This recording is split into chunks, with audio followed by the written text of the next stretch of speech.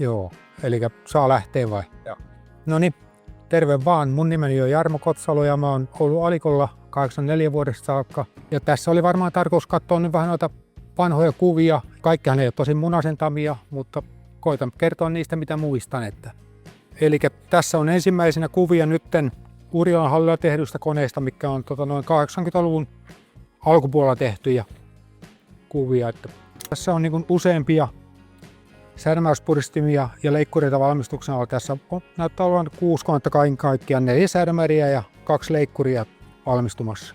Tässä on koulutuksesta ja luultavammin tämä on Thaimaasta, kun sinne meni jo muutama kone 80-luvun puolenvälin paikkeilla. Sitten seuraavana meillä olisi tämmöinen 14 metrin särmäri, mikä tehtiin Vessokylään Tampereelle. Hitsasi itse tekivät rungot. Siinä ulkona hitsasivat ja mistä vaan kävimme kasaamassa. Oliko toi 600-tonninen toi nosturi, niin se katon kautta koottiin sinne halliin sisälle. Toinen 14 metrin kone, joka meni Montrealiin, Kanadaan. Niitä meni sinne Valmedin tehtaalle, meni 2 konetta. Tässä on kuvia sitten, kun ne lähtee Urjalasta. Se kesti aika monta viikkoa niin mennä sinne.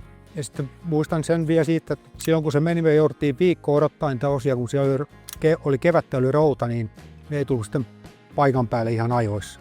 Ensimmäinen reisu meillä kesti 4 viikkoa ja tämä 90 vuoden reisu kesti niin kuin 6 viikkoa. Mitä tässä on käyty läpi, niin kyllä tietysti tämä Kanadan reisu, kun se on pitkä reisu ja aika kaukana, niin ei sinnekaan ei tule ihan niin kuin äkkiä muuten lähdettyä, että se oli sikäli mielenkiintoinen reisu.